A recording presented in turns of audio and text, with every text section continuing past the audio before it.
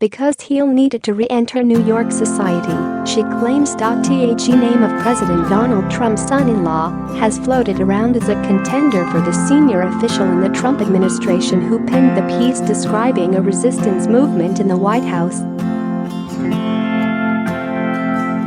Coulter said Kushner would write it so he could claim to New York society he and wife Ivanka Trump were the rational voices in the administration.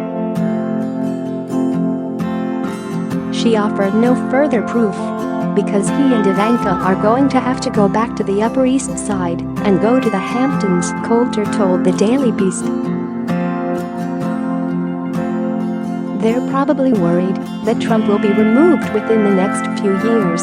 They had just gone to the McCain funeral, and the op-ed was right after Labor Day, so they were probably feeling wistful for the Hamptons.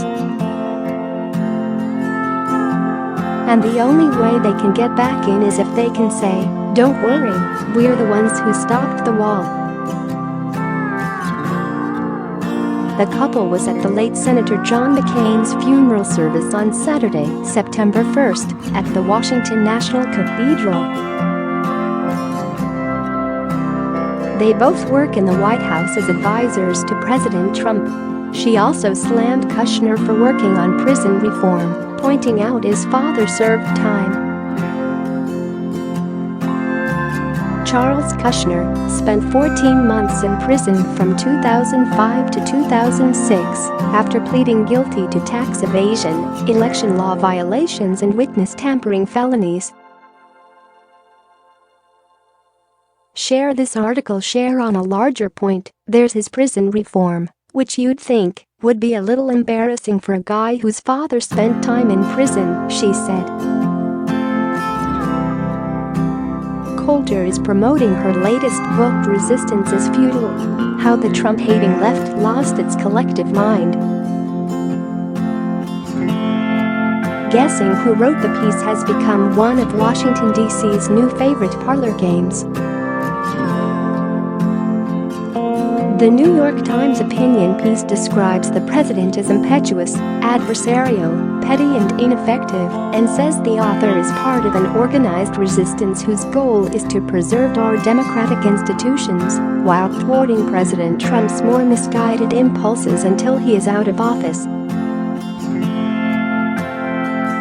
Multiple administration officials including First Lady Melania Trump, Vice President Mike Pence and all cabinet secretaries have denied being the author. And Donald Trump Jr. said earlier this week there are few people working in the White House his father can trust in the wake of the anonymous New York Times op-ed in Bob Woodward's book Fear, which paints an administration in chaos. "I think there are people in there that he can trust, it's a much smaller group than I would like it to be," he told ABC News in an interview that aired Tuesday on Good Morning America. The first son declined to say who he trusts in the West Wing, but suggested that family members working in the administration remain a part of the inner circle.